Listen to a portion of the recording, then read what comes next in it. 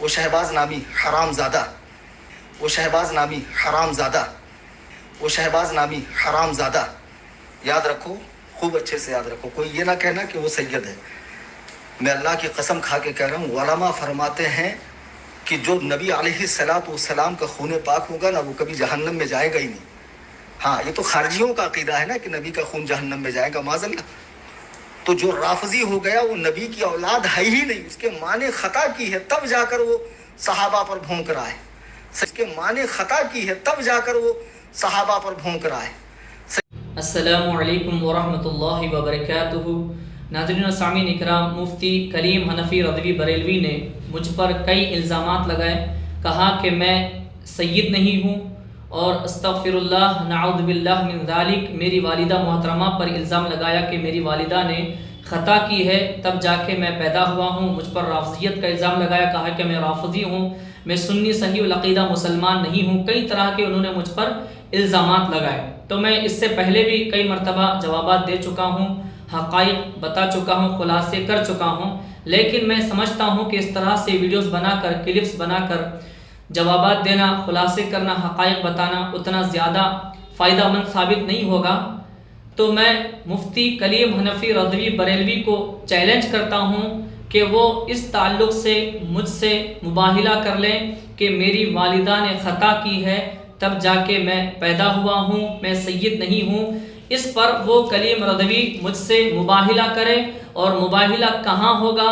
ہم سب سنیوں کا مرکز، ہماری روحانیت کا مرکز ہندوستان میں خواجہ خاصگاہ عطا الرسول معین الدین چشتی اجمیری خواجہ غریب نواز رضی اللہ تعالیٰ عنہ کی بارگاہ اجمیر معلیٰ میں مباہلہ ہوگا۔ مباہلہ میں ثابت ہو جائے گا کہ سچا کون ہے، جھوٹا کون ہے۔ جو الزامات کلیم رضوی نے مجھ پر لگائے ہیں، یا میری والدہ کو جو کہا خطا کی ہیں تب جا کے میں پیدا ہوا ہوں، سید نہیں ہوں، تو وہ اس تعلق سے مجھ سے مباہلہ کریں۔ اگر وہ اس چیز کو ثابت نہیں کر سکے تو خود کلیم رضوی یہ خطا کی پیداوار ہیں، یہ ایک باپ کی اولاد نہیں ہے، نیک ماں کی اولاد نہیں ہے، یہ خود جو ہے خطا کی پیداوار ہے۔ کلیم رضوی ناصبی ہے، خارجی ہے۔ میں چیلنج کرتا ہوں کہ مجھ سے مباہلہ کریں۔ آئے دن یہ گندی گندی گالیاں دیتے ہیں اور گندے گندے الزامات لوگوں کے اوپر لگاتے ہیں۔ جہاں تک بات ہے خطا کی، تو میں آپ سے عرض کر دوں، خود فتاوی رضویہ میں مولانا احمد رضا خان بریلوی نے لکھا ہے، جن کی اصل میں خطا ہوتی ہے وہ گالیاں دیتے ہیں۔ یہ فتاوی رضویہ میں مولانا احمد رضا صاحب نے خود لکھا ہے۔ تو ہندوستان کا سب سے بڑا گالی باز شخص یہ کلیم رضوی ہے۔ تو مولانا احمد رضا صاحب کے فتوے کے مطابق یہ خود خطا کی پیداوار ثابت ہوئے، یعنی جس کی اصل میں خطا ہو گالیاں دیتا ہے۔ اب بہار شریعت کی میں آپ کو ایک عبارت پڑھ کر سناتا ہوں، اس میں کسی کو حرامی کہنے کے تعلق سے کیا بیان کیا گیا ہے وہ آپ دیکھیں۔ بہار شریعت یہ خود ان کے مولانا صاحب کی کتاب ہے، ان کے مولوی کی کتاب ہے، بہار شریعت حصہ نہم صفحہ نمبر 416۔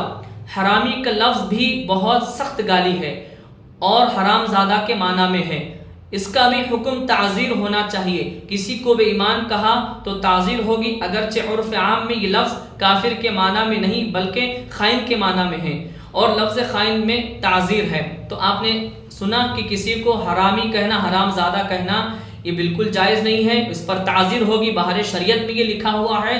میں کلیم رضوی کو 3 دن تک کا وقت دیتا ہوں۔ آج 16 تاریخ ہے، 16 جون 2025 ہے۔ میں کلیم رضوی حنفی بریلوی کو چیلنج کرتا ہوں کہ وہ 3 دن یعنی کہ 19 جون 2025 کو اس پر ویڈیو بنائے اور میرے چیلنج کو قبول کرے۔ میں نے چیلنج قبول کرنے کی ڈیٹ دے دی ہے، مباہلہ کس دن کس تاریخ کو کرنا ہے میں یہ کلیم رضوی پر چھوڑتا ہوں۔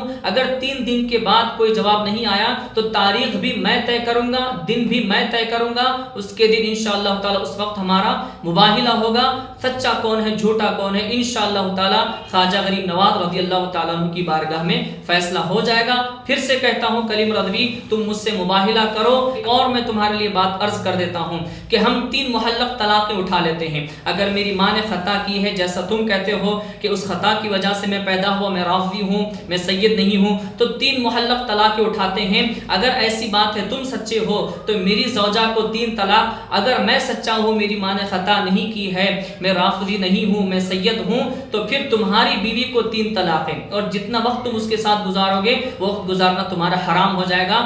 آؤ مجھ سے مباہلہ کرو اجمیر شریف میں. اللہ تبارک و تعالیٰ کی بارگاہ میں دعا کرتے ہیں کہ مولا کریم ہم سب کو حق بولنے، حق سننے، اہل بیت علیہم السلام، تمام صحابہ رضوان اللہ تعالیٰ علیہم اجمعین سے سچی عقیدت، محبت کی توفیق عطا فرمائے اور ان کا دفاع ہمیشہ کرتے رہنے کی توفیق عطا فرمائے، انہی کے راستے پر چلنے کی توفیق عطا فرمائے. آمین ثم آمین بجاہ النبی سید المرسلین طٰہٰ و یاسین.